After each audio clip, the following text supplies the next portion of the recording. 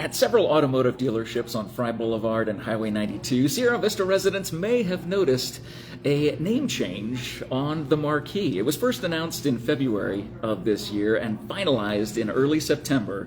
The Lawley Automotive Group was purchased by the Morse Automotive Group. And today we get to sit down with the chairman and CEO of the Morse Auto Group. It's Teddy Morse, and this is Someone You Should Know with Jeff Davenport, brought to you by the Morse Automotive Group. Sierra Vista is now backed by Morse. Teddy, thanks so much for your time, man. It is great to see you, first of all. Pleasure. Great to see you again. Before I get into the history of your family and the legacy that was built over 75 years ago, a better part of 80 years ago, I want to ask about something that just happened on Saturday. Okay. On Saturday, over at the Nissan store, we got together for this 12th annual Sheriff's Charity Ride. And that was something that was a lot of fun. And one of your employees was quoted as saying, "This is my favorite workday of the year." Did you kind of get that feeling from being there at the charity ride? What were your impressions of it? Impressions of it first, how organized it was. I mean, it was a well thought out, well put together event. That's the official answer. It was just awesome. I mean, I'm a big vibe guy. I mean, you could plan everything out, everything lined up, and all your sponsors and all your food trucks and everything else. But if the vibe ain't there at an event, it's just going to fall flat. And not only was our team excited to be there, all the riders, not just the Harley riders, but the side-by-side riders, the Jeep riders, all the volunteers, everybody just seemed genuinely excited and happy. And I mean, how can you not be when you're giving out $50,000, to 5 different charities? It was a special thing for me to be a part of. I was very appreciative. I know the sheriff was glad to have you there, and it was awesome to see you interact with everybody there. And speaking of the charity, philanthropy is something that runs very deep in your family. This is something that literally goes all the way back to your grandpa. For the better part of 80 years, do you think that philanthropy started with your grandfather's time in the service? Probably. So my grandfather served, thank you for bringing that up, by the way. It's one of the things that obviously I'm proud of him for all he accomplished in the business world, but he served in World War II. He was stationed in Papua New Guinea in the Pacific Theater from 42 to 45. He was a navigator on a B-25. He wanted to be a fighter pilot, but they figured he was too good at math to waste his skills as a pilot, so they made him a navigator on the B-25, and he was fortunate enough to be the recipient of the Distinguished Flying Cross for a mission. For those who don't understand what that is. The Distinguished Flying Cross is I believe it's the 3rd highest medal you can get in the Air Force. Well, it was the Army Air Force at the time. Right. Didn't become the Air Force until after World War II. But he was a navigator. It was during the Battle of Rabaul, and they were on their bombing run and getting hit by anti-aircraft fire, and the pilot and co-pilot got shot. Co-pilot died, and the pilot was wounded. So my grandfather came up from the navigator's seat, pulled the deceased co-pilot from his seat, took control of the aircraft, turned it around while some of the other guys were helping to mend up the pilot, and then flew the plane back to base and assisted the pilot in landing and saved the rest of the crew. 'Cause there was, I think, 8 or 9 airmen on that plane. You had side gunners, tail gunners, right. All that. And had he been trained as a pilot, or had he? No, he had not been trained. But he sat up there close enough. I guess it's like anything. You watch Days of Thunder long enough, you figure you could drive a race car. Just like, That happens all the time. It was all the time. I watched Top Gun, and I could absolutely, totally. I could do that easily. Listen, just go invert it, But he was an extraordinary man. And to tell you the truth, I wish I had a better idea of where his philanthropy started. I know he grew up, his family of very modest means, and an extremely strong work ethic. And I think he just, once he had the opportunity to be able to help, he wanted to, and he instilled that in my father. And than me, I hope. Trying to continue the family traditions. Well, and we'll continue along that family tradition line. After the war in 1946, your grandfather Ed started a 20-car fleet rental company. Did he ever talk about what it was like as the 20-car fleet grew to 2,000-car fleet? He was real humble about it. Whenever I asked him questions like that, he would always kind of deflect with a joke or a little sense of humor. But he was an incredibly driven guy, as a lot of people from that generation, greatest generation. He loved work, he loved business, and he loved people. He, in addition to he opened up Morse Motors Rent-A-Car with 20-car rental fleet.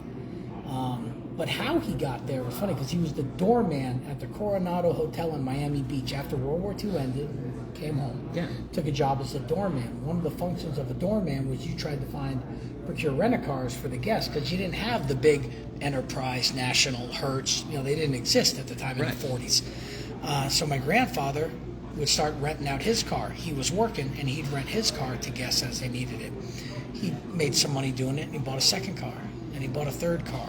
It wasn't long before he's making more money renting cars than he was being a doorman. So he quit the doorman job, took a loan from his father, and opened up, like I said, Morse Motors Rent-A-Car with a 20-car rental fleet. He also had the first rent-a-car kiosk at Miami International Airport. Really? Yep, he did. And he also... So we have him to thank for all the convenience that we have when we go fly. Yeah, so you're welcome. One of the neat things he used to do, there's always... when somebody is successful, it's the little things you do to show that you care and that you're really thinking ahead. He bought a pickup truck with a gas tank in back. At night, after work, he would drive up and down Miami Beach to all the hotels where he knew guests had rented cars from him. And he would wash the cars and fill up their tank with gas, because he knew that if they woke up in the morning, they had a full tank of gas, they would drive further. And he was getting a per mile charge of probably something like 3 cents a mile. Sure. At the time. Yeah. But that's just like the little things, he would do to try to give better service, than the other guy would. So. And there's definitely a theme that carries on through your family's legacy. We'll get to that.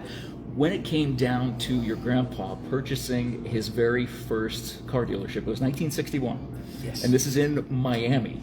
And it was another family that owned this dealership. And Cecil Holland, was the guy's name. Was Cecil Holland. So would people in maybe Florida be familiar with that name there still to this day? There are fewer and fewer who are familiar, because it was so long ago, and I believe Cecil Holland had that one store. It was a Ford store on 163rd Street. And so in 1961, my grandfather bought in as a minority partner, I believe 20%. And then in '63, he bought Cecil Holland out, and the store became renamed Ed Morse Ford, which is, we're in a Ford store right now, and this was my grandfather's first brand that he ever sold, or that he was a dealer for, and it's just something about the Ford brand and my family, and knowing he loved it so much, and it's just an awesome thing. How long was it before your grandfather saw beyond the greater Miami one dealership mentality? How long was it before he started spreading? Really, 1968, when he attempted to start spreading out, but he was kind of kept from doing that, ironically, by Ford. He was offered an open point, which is an open point, for those who don't know, is when a manufacturer wants to put a dealership where there is not already one. And he was awarded the Chevrolet franchise to go in Lauderhill, which is a suburb of Fort Lauderdale. Okay. But Ford said no. Ford said, you're a Ford man. You can't be a Chevy man. I mean, that's like Coke and Pepsi, Yankees, Red Sox, Sun Devils, Wildcats. Great. The two don't mix. As you've learned, probably. So he was told by Ford that he couldn't get the Chevy point, which didn't sit well with him. So he ended up selling the Ford store to his service manager, and he got the Chevy store. So he tried to expand in the late 60s. But he bought the Chevy store in 68. Then he bought Ed Morse Bayview Cadillac in 1979 in Fort Lauderdale. And then it was really in the 80s when he and my father together really started expanding. And they got it up to, at that time, 29 dealerships We were the largest privately held dealer group in America. We were the #1 Chevy dealer in America for 5 years in a row. Wow. And just had some real amazing success at a time when the whole mega dealer thing didn't exist. Public dealer groups didn't exist at that time. Yeah. And so he just did it kind of all on his own. Let's talk about your dad's impact on the business. As your grandfather started this thing, your dad came up, obviously being born into the business, raised in the business. We'll get to how you came along as well. But what impacts was he able to make? Was he able to make things his own during his time working for the guy who started it all? Yeah. Actually, no. He wasn't really. Now, my dad had great success in managing the stores, really helped with my grandfather fueling the growth. But as far as putting his own stamp on it, my grandfather worked every day of his life. He passed away in 2012 at the age of 91. He was in his office up until 2 weeks before he passed away. And he ruled our company with an iron fist, so to speak, in a kind way, not in a cruel, but it was known. It was his company, and he was the last word. So there were some things my dad wanted to do. One of them becoming a Harley dealer. My father loved motorcycles, loved riding. He's who got me into riding. And he wanted to be a Harley dealer very bad. And he actually had an agreement with a guy to buy the Harley store in Fort Lauderdale. They had a handshake agreement when my father brought it to my grandfather. And my grandfather's line famously was, "I'm not spending millions of dollars to finance your hobby." So my dad never got to be the Harley dealer that he always wanted to be. So my grandfather passed away in 2012, and by that point my dad already had some health issues, and he passed away in 2016. My grandfather was 91, my dad was only 66 when he died. And so I think there was a lot my dad wanted to do that he never really was able, because my grandfather controlled the company, and then when my grandfather passed, my dad was already having some health issues and things, and so really wasn't able to do all he wanted. Wow. It's someone you should know, with Jeff Davenport talking to the CEO, chairman of the Ed Morse Auto Group, Teddy Morse, here inside Ed Morse Ford, right here in Sierra Vista. Let's talk about, your grandfather, war hero, entrepreneur extraordinaire. Your father able to be a part of the business, maybe not hitting a ceiling at somewhere along the way because of the way your grandfather was. When did you kind of come into this? Obviously, I could say, well, how long have you been in the automotive industry? You'll say, since before I was born. Since birth. One of the great things about my dad is my grandfather, obviously the incredible business acumen, which my dad had as well. But what my dad really brought to it was caring for his people. My father made me read a book in college called "The Customer Comes Second, Your Employees Come First." And my dad believed that through and through, taking care of your people. It's funny, when Spider-Man came out, that famous line, "With great power comes great responsibility," I'm like, I've heard that my whole life from my father. It's that whole people who have the ability to help also have the responsibility to help. So your dad was Spider-Man? Pretty much. Peter Parker in disguised as a car dealer. He was an amazing man. When you came along and started working in the family business, was this after college, or where'd you go? No, I went to high school. Two places. St. Thomas Aquinas in Fort Lauderdale for 1 year, until the nuns told my father that St. Thomas and Teddy are not a good fit. So I was. I think Thomas Aquinas would have liked you. So. I don't want to say I was kicked out, but I was. It was suggested I not return after the summer break, and then I went to Coral Springs High School, 10th, 11th, and 12th. But my first job in the dealership was 14 years old. I was a porter. Porter, for those who are not familiar, is the person who really keeps the dealership running. I would sweep out the service drive. I would put the paper mats on the cars when they came in for service. I would empty the garbage, basically a gopher. That was my first job. Then I got to move up to work in detail. After detail, I worked in parts, shipping and receiving. I was a parts delivery person. This is as you were in high school? This was in high school. I would work over the summers. Okay. And then when I went to college, I didn't do much of anything. Okay. College was a good time for me. You know, Where was your this college was at experience? Northwood University in West Palm Beach, Florida. Northwood is a small business school. Shout out to Northwood. Yes, but they offer a degree in automotive marketing. Really? It was, it's kind of car dealer kids school. Okay. People joked about. Okay. The joke was when you went there, you say, "I have a PhD. Papa has dealerships." That was the standard line there at Northwood. But I worked there. Went to Northwood 5 years. 5 years, no degree. That's how much fun I had. My mother didn't find out I didn't have a degree until probably about 10 years ago, which was actually a funny story in and of itself. How on earth could you keep that from your mom? It never came up. Okay, it all never right. I walked. I had enough credits to walk on stage, cap and gown. And she got to see you do that and just figured. She came and figured I got my degree. I was 2 classes shy, 8 credits, 2 classes shy, and I just never finished. Let's get an honorary doctorate to you over at Northwood. Let's call out Northwood right now. Let's get you that honorary doctorate. Help me out. In the in the Papa has dealership category. Yeah, Papa has dealership.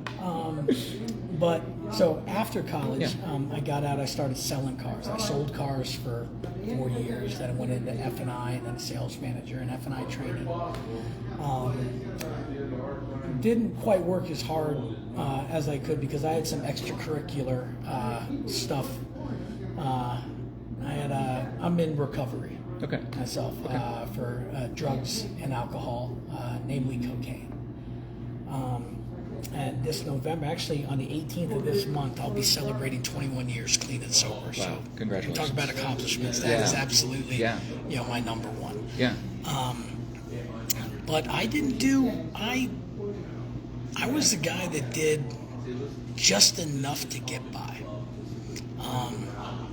I came from a family who was very successful, my grandfather, my father, and I knew no matter what I did or how hard I partied, and everything would be taken care of.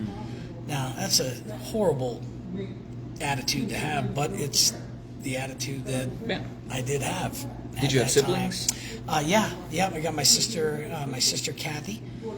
She is 2 years, 2 months, and 2 weeks younger than me. Oh, goodness. Which I still have to go get my 222 tattoo. She got hers. I haven't gotten it yet. She's going to kill me. Oh, yeah. Come on. I'm going to, Kathy, I'm it's going to happen, get it. Kathy. I'm going to get it. But she's an e-commerce consultant for us. Worked for us for long. She actually helped to start our internet department. Really? Back 25 years ago when everybody thought it was just a fad. She saw the future in that. Incredibly brilliant person, way smarter than I am. So I'm lucky to have her. What other family have you had? Family, I have my 2 cousins who work in our company, which is my dad's sister's children. My cousin Brian, who is our executive director of dealership operations for Florida. Okay. And then my cousin Richard, who's Brian's brother, he is our fixed operations director for all of our stores nationally. So they work in the company, and very fortunate that we all not only work well together, but we get along. Which you see a lot, with family businesses, a lot Right. of this, and where we argue and disagree about things occasionally, there's no vitriol, there's no animosity towards one another. We just work well together, which excites me because that sets us up great for the future.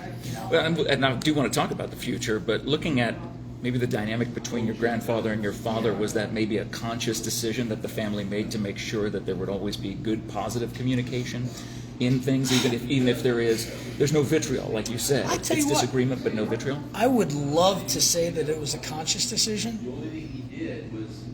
but we just get along. It's nothing we ever thought about. It's nothing we had to work towards getting to that point. It's organic. It's real. It's family in the best sense of the word. When people talk about family, especially coming up this time of year with Thanksgiving, a lot of people, it's those get-togethers where you're forced together with your family. We don't have that. We actually get along and we love each other. What a blessing. And we work well together. It really is. It really, really is a blessing. And couldn't ask for anything better, really. So. Well, as you became and started working your way up through the Morse Automotive Group, how was the expansion at that point? Obviously, the expansion was outside of. Was the expansion outside of Florida yet? Or? No, Okay. no. That didn't happen until my father passed away. So this all happened in the last 8 years. You're talking like 5.5. Oh my goodness! Last 5.5, because my father passed away in 2016. Now we got as high as 29 dealerships at one point. Okay. Then 8 of those stores were Saturn stores. When Saturn went away, we instantly went from 29 dealerships to 21. Wow. Those just went away. Yeah. Pontiac went away. Oldsmobile. We had a Suzuki store that went away. And then we sold a couple dealerships. And then there was a time when my grandfather was ill, my father was having some health concerns, and we didn't really do any growth. There was no growth in our company. So when my father passed away at 16, we had 14 dealerships, and they were all located in Florida. We had not moved out of state yet. So when my dad died and I took over and became CEO, spent the first real year and a half trying to figure out if I was going to be able to do the job, because I wasn't supposed to lose my dad yet, that early. I'm 49 now. I was 41 years old when he died, and I didn't expect it. In hindsight, maybe I should have, but, you always hope for the best. So spent about a year and a half or so really figuring out if I could do the job, and once I figured out I could, I always wanted to expand outside of the state of Florida. My grandfather and my father both said, no, it's too hard to control when you get that far away. And I tried to explain, well, technology has brought the world much closer. It's not that difficult anymore.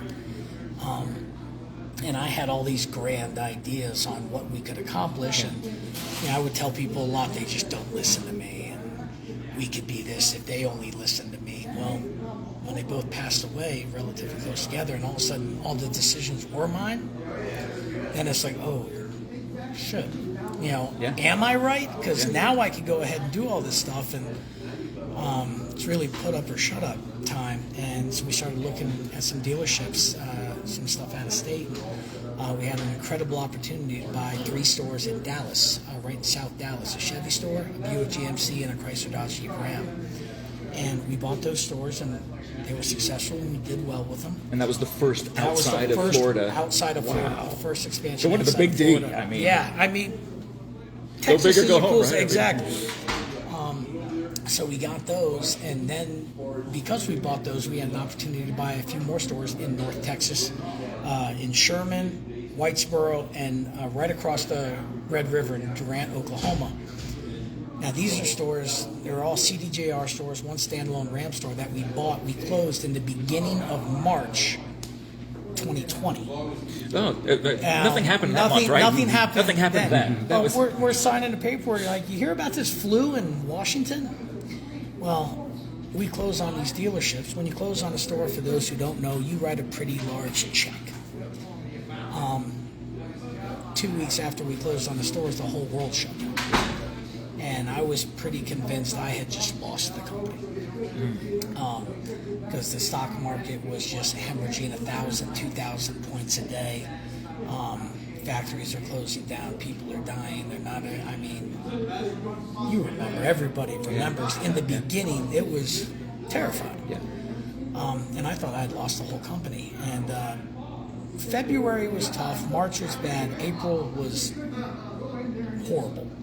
And then in May, we actually made a little bit of money. Okay. And then June came, 2020, and we had the greatest June in company history ever. Turns out, what we didn't know, we know now, when people aren't allowed to leave their homes, they like to shop. And they were shopping online for cars, and they wanted to buy, they were shopping for furniture, they were shopping for everything. And the demand for vehicles shot through the roof at the same time when supply came to a complete halt because factories were shutting down, the supply chain was all messed up. There was no semiconductors, they had these problems with the chips. It was a perfect storm. Never the way you would want it to happen, but It was very good for the retail car business.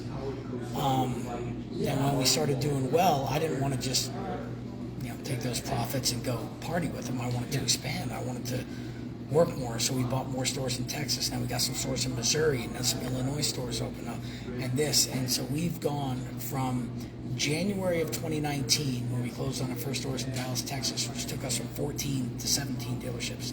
We now have 58 in 8 states. And most recently, of course, the great state of Arizona. And that's where we lead to this question. When did Sierra Vista end up on the map for Teddy Morse? When was that? When did that all come about? That came about, we started having talks with Sean Lawley, at the end of the third quarter, 23. How did the Sierra Vista even pop up on the map? Were there feelers sent out? He had hired a broker, a guy named Dave Canton, the Canton Group, who we had done business with in the past. Yeah. And when Sean expressed what he was looking for, the big thing was Sean. He wanted to find the right buyer for his people. Because when you have dealer groups like this, dealerships in this market, you can sell to anybody. But he wanted to find somebody that he felt would be best for his people. That was always very, very important to him. And Dave Canton and the Canton Group said, we believe we have just the buyer for you. And so we began talking with him. And of course, when you do that, you sign NDAs, you start getting financial, and you're going through all that stuff. And then we flew out here to see the stores, and we made a deal, and then we announced in early February of this year. And then just closed, about a month and a half ago. Yeah, so, September time frame, and here you are. What were your first impressions when you came to Sierra Vista and kind of saw Cochise County as a whole? And then now that you've been here several times, obviously, with this weekend and the sheriff's charity ride and all that, and spending time with Sheriff Mark as well. I've heard that you spent time with him. What are your impressions of our county, of our home here? It's a lot bigger than people said at first. When I was coming here and I met some people, they're like, we're a real small town. We're a small town. Sierra Vista is a small town. I'm like, Sierra Vista ain't that small. Yeah. And being that this is the county seat of Cochise County, it's 140,000 residents that all come here to do their shopping for their schooling. You have colleges, you have Fort Huachuca, and it's where they come to buy cars. And 8 new car dealerships in Sierra Vista. We're fortunate enough to have 7 of them. Toyota, I'm looking at you. Beautiful store. Isn't it? Love, God willing, one day if that ever became, available. I'm going to stop talking now. Hey, that's all right. Where's the NDAs? I mean, we might need to sign something now. I'm going to need everybody to sign. Coming here to a store like this, and when we announced, and the reason we announced way earlier than you normally do, because I think it's Arizona state law that anytime you file an LLC or you become a business, they're required to notify the public of this, both online and in newspaper. Well, people started calling Sean and saying, hey, how come there is an Ed Morse Ford, Ed Morse Kia, Ed Morse Chevy of Sierra Vista? What's going on? Yeah. And he said, we have to announce now. Yeah. So we flew in as soon as we could, and we got to meet everybody, and that's what sealed the deal. I mean, because I can buy car dealerships of cars, I can buy dirt anywhere in America. It doesn't. It's the people who run. Without the people, it's just a building with cars sitting here. And the fact that we got to get in so early and meet everybody and talk to them, talk to Bob, talk to Mike, talk to them, it just felt right. Like I said, I'm a big vibe guy. Yeah. When you meet and you just start joking, you're getting along and you speak the same language. We've all worked in retail. We've all worked in the car business for a long time. And you could tell right away if you're going to jive with somebody. And we totally did with everybody we met here, which is beautiful because it made me feel like I'm making the right decision. Well, we certainly think you did by being here and doing this. During your time leading the Ed Morse Automotive Group, it's diversified into Morse Operations, Inc., to include the Harley-Davidson line, power sports, Napa Auto Parts Retail Store, motorcycle clothing, accessory boutiques. I wrote this down here. The Parts and Distribution Center with Yes. 60 trucks on the road, Yeah. and a hotel. Did you not have enough to do? I mean, that's my question. Did No, you? listen, I don't like to be lazy. I don't like to sit around. So I figured, I put so much on my plate that I don't know what to do with myself. The Parts Center you're talking about, that is in Red Bud, Illinois. It's a 242,000 square foot wholesale parts distributor for the big three: Ford, GM, and Chrysler. Right there in the Midwest. Right there in the Midwest, and we deliver all to the St. Louis area, Illinois, Missouri, down into Arkansas, and it's just an absolutely fantastic business. The hotel is funny. The hotel came as part of our purchase of Daytona Harley Davidson. Oh. We bought the Harley store, but more than that, the entire area, it's a 128-acre complex called Destination Daytona. And so the centerpiece of it is, of course, Daytona Harley Davidson. But there's the hotel, the bar, Saints and Sinners, 2 restaurants, condos, an event pavilion, and then a whole ton of land. And I wanted it all. I mean, go big or go home, right? So that was the joke. At the next general managers meeting we had, we said we were going to play Monopoly with Teddy, but he went and bought a hotel for real. It's just, our growth has been incredible, terrifying at the same time.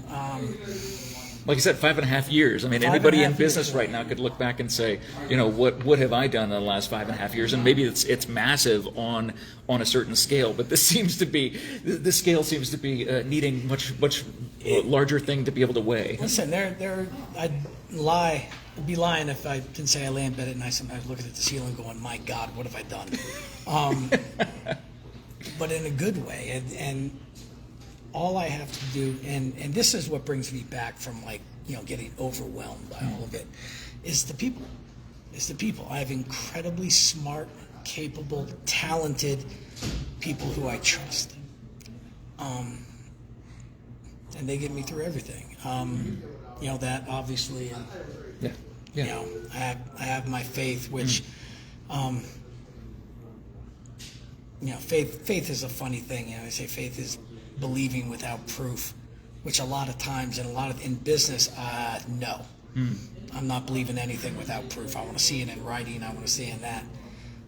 So how do you balance that inside of you, knowing that you lean toward the business mind, and then balance your faith at the same time? Is that a dichotomy, or does it somehow? That's why I got these 3 crosses. When Jesus was, I'm sorry if I'm getting into something. No, this is great. When Jesus was crucified on Calvary, he had criminals on either side of him. One accepted him as Lord and Savior, the other one did not. And it always struck me as like that angel and devil on your shoulder going back and forth. And I have 2 daughters, and I want to raise them to have faith. When there's times when I question what's real and what's not myself. But at the end of the day, I know what I want to believe. I know what brings me peace.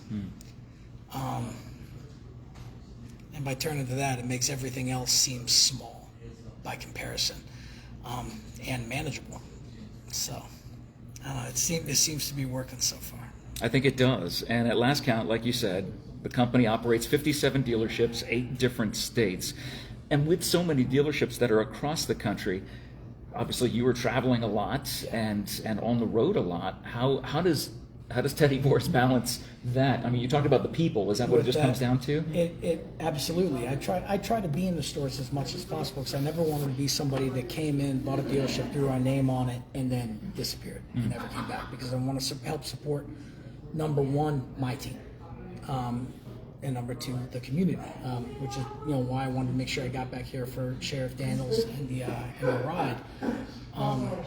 Because I know a dealership cannot operate, any business cannot be successful and operate without the support of the community.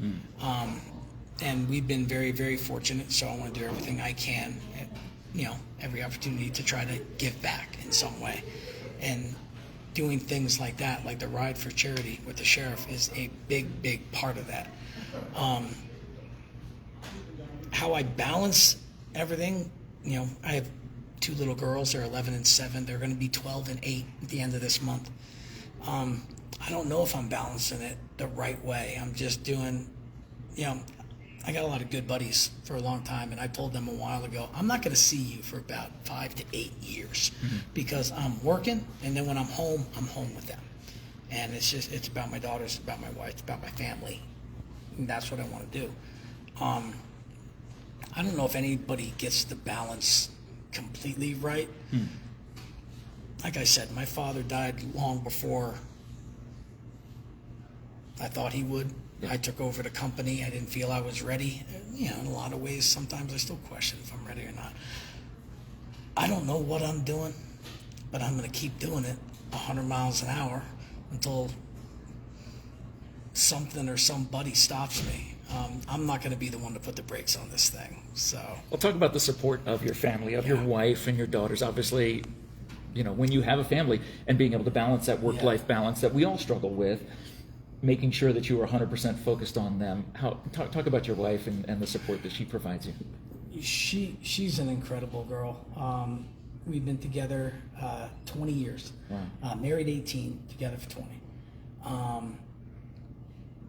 Knowing that she has my daughters and has our home allows me to do these things with our business and to grow and all that. And more than that, I apologize a lot. I'm like, I'm sorry I have to go. I'm sorry I have to go do this and that. She's like, listen, I get it. This is your time. This is the company. It's growing. And she's the same way. She's like, I'm not going to be able to stop that. And is it perfect all the time? Of course not. But she has home locked down, and we FaceTime all the time. I call them, we FaceTime, and when I'm home, I'm home. Couldn't do it without her. If it was a different situation, I don't know if we'd have the success as a company. But I mean, heck, 20 years, together, she's learned to deal with a lot because I'm a lot to deal with. And you talked about, did she come around the time that you started your recovery? Then I met her. I was 1 year sober when I met her. Which is a good thing because if I hadn't been, she probably wouldn't have given me the time of day. Right. So she's been a big part. She's seen me at the beginnings of my recovery. My best friend, a guy named Mehdi, has also been sober for a long time. He didn't have his was just alcohol, but I kind of surrounded myself with people who have had problems and overcome them. I'm always very leery of people who seem holier than thou or people who seem perfect all the time. Yeah. And you would see that, a lot. Some of you growing up, I'm sure a lot of people have been to different, churches. They are very, very welcoming, but heaven forbid you mess up while you're in the church, then you're gone. They don't want nothing to do with it. What do they say? Christians are the only ones who shoot their wounded, when you hear that phrase. And it's the wounded people who make it out. That's where I think a lot of strength comes from and a lot of understanding. People who make mistakes sometimes have something to prove, not to anybody else, but maybe to themselves. And I like people who have been a little bit wild, it's, but then gotten the reins on it, so to speak. It's, there are some invaluable life lessons to be had on the wrong side of the tracks. And if you make it back, I think you're just stronger for it. Well, definitely. We've talked about the past. We've talked about the present, being here with this particular group of dealerships here in the Ford store, the Ed Morse Ford store, talking to Teddy Morse, the CEO and chairman of the Ed Morse Automotive Group. The future. You talked about land next to a hotel, and all of a sudden I'm thinking, I wonder what that land is going to turn into, or other, if the broker has rang you up recently, and the NDAs are already got the ink that hasn't dried on them, or what do you see? What do you hope for as the next 5 years? Just so much has happened in the last 5 years. My gosh, can you even imagine the next 5 from here? I can't imagine. Okay. I have. Long-term goal, I would like to be the largest privately held dealer group in America. Because you have a lot of publics and, a lot of, I don't want to say mom and pop, because a car dealership is, obviously substantially more than that. but a lot of dealerships are selling out to larger groups, a lot of them being public, your AutoNations, your Sonic, your Lithia, groups like that, Berkshire Hathaway. We're private. We don't use, money from hedge funds, from private equity. We have 2 shareholders, me and my mother. The joke around the company is I can't get fired, but I can still get grounded. So I gotta. I'm sorry, that's a standard joke. That's a great joke. Come on, that's great. That's great. I'm sure your mom still loves it. I'm sure she says it more than you do.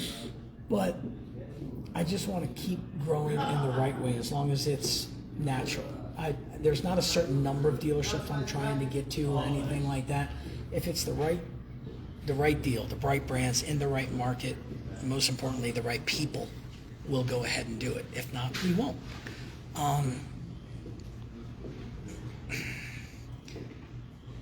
As long as my people are happy, they're successful. If you take care of your people, they're going to take care of the customers. To get back to what I said about that book, customer comes second. Yeah. Your employees come first. It doesn't mean we don't care about our customers. Right. Quite the opposite. It's my job to take care of my team. If they're happy and they're successful, they're going to take care of the customers because they're going to be in a position to do so. I want to be known as the best boss that these people have ever worked for. And that's a tall order when you had a guy like Sean Lawley who owned these dealerships. Yeah. Great guy, his wife, wonderful person together. Yep. And they've been unbelievably supportive of us. As great as he was, I hope I could be better. Because man, if you could be better than Sean Lawley, you're doing something right. You're in rarefied air. Now I got a ways to go for that. But there's no number on our growth. The next 5 years, be happier than I am now, which is going to be a tough thing. But I'm going to keep trying to. So, yeah. Because I was just thinking, as far as the growth in the last 5, the next 5, when you're able to see it, I mean that's a visionary. That's fulfilling the legacy that your grandfather started from a 20-car fleet rental company in 1946 to currently over 2,800 employees across Florida, Texas, Illinois, Missouri, Iowa, Oklahoma, Colorado, and now right here. The great state of Arizona. In State 48. You're here, man. We've made it, and I hope you've enjoyed this. I promised your employees that I was just talking to before we started this, that they would get to know you, something about you that they didn't know, and I hope that happened today, that you were able to understand someone you should know is this guy right here, Teddy Morse, the CEO and chairman of the Ed Morse Automotive Group. Before we go, can we do a rapid fire round? I've got a few lightning round questions. Oh, are you kidding me? I've got lightning round questions. Here we go. Dude, wait. Give me the rules. Give me the rules. What am I rules supposed on? Well, rules are you can take these answers however. It doesn't need to be like first thing that comes to your mind or whatever. It's just I'm going to throw some questions at you that again maybe some of your employees knew everything that we talked about. Well, I got a couple questions here that hopefully. You see, I'm ready right now. Anybody remembers 1980s movie Over the Top, greatest arm wrestling movie ever? When you put the hat on backwards, it's like flipping a switch. All right. So here we go. What was Teddy Morse's first car? That was a 1991 Beretta GT. It was What's the story behind that? Could we not? I mean, can we talk about my second car, which was a Camaro? Okay. All right, but the first one, the Beretta GT, it had door handles that opened kind of like down. They were on the side of the door, and for some reason at the time, I thought that was the coolest thing ever. It was a bad decision, but I made up for it by going into the Camaro directly. That's a great call. Obviously, you're a fan of ink. What was your first tattoo? My first tattoo was a Celtic cross on the outside of my right ankle because I knew that if my father found out about it, or my parents, I'd be like, it's for God. How could you possibly get mad at that? And my dad knew it. He's like, that was my first tat. Nice. Wow. If you did not follow in your family's footsteps, what other career might you have chosen or gone down with your amazing 5 years in college with no degree? Well, it's something special. I always wanted to be an actor. I can see that. Weirdly, that's what I would have attempted. I'm not saying I could have done it, but that's what I would have attempted. Well, being based in Florida, there's a lot of Hollywood there and glitz and glam of that industry. And after that, I probably would have ended up just owning a pizza place and a couple of video games, Miss Pac-Man, that slinging slices. I would have been happy too. So. Oh man! But the car thing is pretty fun. I'm glad that worked out. Yeah, I was gonna say. I'm already thinking of like your favorite kind of pizza and stuff, and some pizza places we can take you to around here and I'm in and do that. What are some life lessons that you've learned from your war hero grandfather and your father? I mean, individually, I'm sure there's nuggets that you were able to take from each, and maybe one that was passed down from your grandpa to your dad that you got as well. What are some of those big life lessons that maybe could help somebody out there right now? Wow. Well, I did say the one about taking care of your people. Yeah. I got to be honest with you, Jeff. I'm going to need a minute to think about that. Okay. I mean, I don't. That is a. I don't know. Maybe I'm weird. Did I take that question? I don't want to be flippant. No. It's fine. With a question like that. I think taking care of the people is a great answer. Honestly, learning that lesson. I remember my dad telling me a long time ago. I was having an argument with my wife about something. I don't even remember what. And I had my one daughter, and she was pregnant with my other one. My dad said, listen, he said, there is nothing in life that you have to do except be a great father. And that stuck with me. That really kind of, it doesn't matter what you do for a living. It doesn't matter where you live. It doesn't matter. You have to be a great father because, he was. And give me a next question, man. I'm going. You got it. Okay. This one will be easier. Good. What would this will be much less. I remember you said something emotional. about softballs. Yeah, exactly. The other day. I did that. Just lobbing some softballs here, man. That's all we're doing. What would your grandfather and your father say about the success you've had carrying on your family legacy? They're both gone, but they're with you every day, and with your sister and with your cousins. Yeah. And what do you think they would say to you today? Would they say, would he say, "What did you do with that stupid Harley story?" Probably they would have said, "Holy shit, the little bastard was right." That's what they would have said. This is. I really hope they're proud, and I get people telling me that all the time. Your father, your grandfather would be so proud of you, and I hope that's true. I think it is. But you never know. But I really do. I say I wish they could see it, but in a weird way too. I think had my father not passed away, would we have done this? Or it still would have been more of the same. Shut up, kid. I know what I'm doing. And he did. Obviously, they ran great companies. Right. Just a different way of doing things. But I think my dad's first reaction would be, "Holy shit." Yeah. They'd be like, "You finally got me the Harley store, huh?" That was his vision. He wanted it, and he never got to be the Harley dealer that he wanted to be. So, which is why we actually named, so our car dealerships are Ed Morse. Now I'm Ed Morse the third, but I go by Teddy. Right. Our motorcycle stores in Harley are called Teddy Morses, and that started with Daytona. We had bought the stores in Texas, Cowboy Harley Davidson. That's just what they were called. And when we got Daytona, it had Bruce Rossmeyer's name on it. So obviously we're not going to leave another guy's name on it. We took his name down, and the big question was, what are we going to call it? And I said, well, just Daytona's the draw. Let's call it Daytona Harley Davidson. He said, well, we think there should be a name on it. And I'm like, okay, Ed Morse's. And continuing on. They're like, no, we think it should be Teddy Morse's. And I pushed back on that pretty hard because it felt very arrogant. I didn't feel deserving of it. So much to the point when I have a couple of hats that say EMHD, Ed Morse Harley Davidson, that I had printed up. Because it wasn't until really the 11th hour, like 2 days before, we had to send the name to Harley Davidson, what we're going to call the store.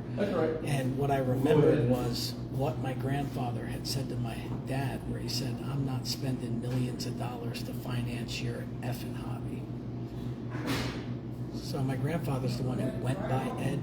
You know what? My dad didn't get to have his dream. Respectfully, F you, Grandpa. Yeah. Because my dad was Ted as Right. well. So Right. Teddy Morse is Daytona Harley Davidson, and then we ended up just going back and naming all the motorcycles. So I think, maybe I won one for my dad there. And are those EMHD hats, are they collector's items because they're so limited? Nobody's getting one of those. Nobody's getting one of those. They're in my closet. I have a closet. It's just like a tiny closet with hats where I keep my hats, and they're back there in a corner.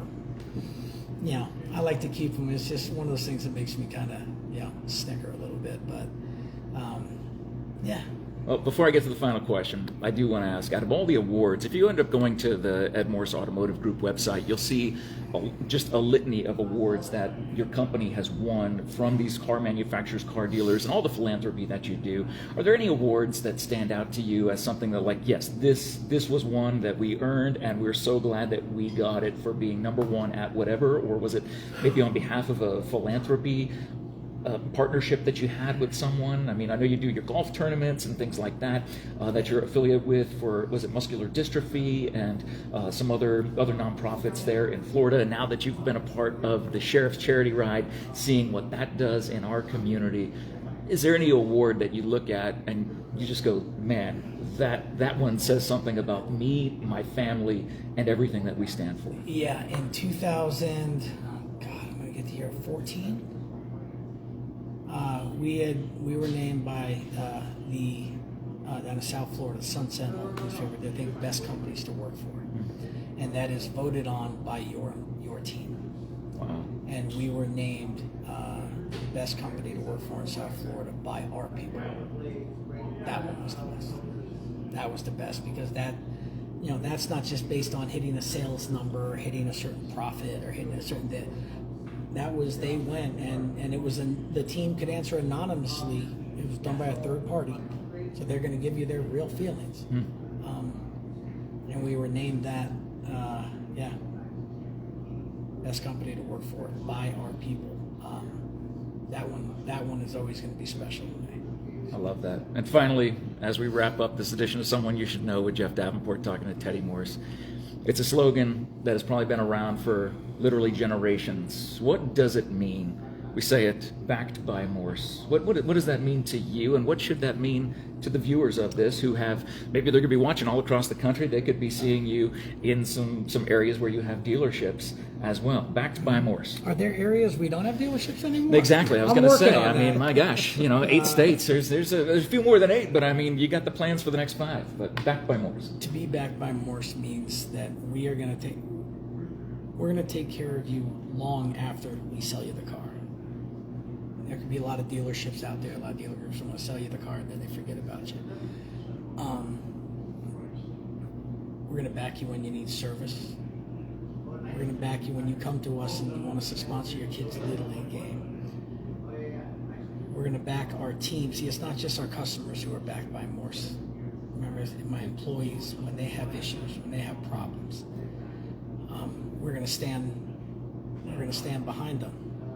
We're going to stand beside them, and things get really bad, we'll stand up front and we'll take the bullets to protect them, because we have the ability to do that. Being backed by Morse means you're taken care of in any way we can. 3 powerful words. Backed by Morse. Backed by Morse, buddy.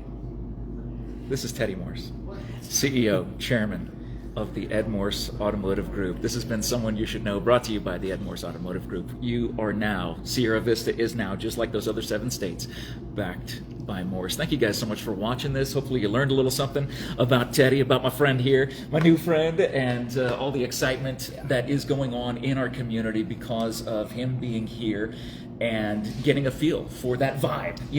Being a vibe guy. And can I say something? Please, go right ahead.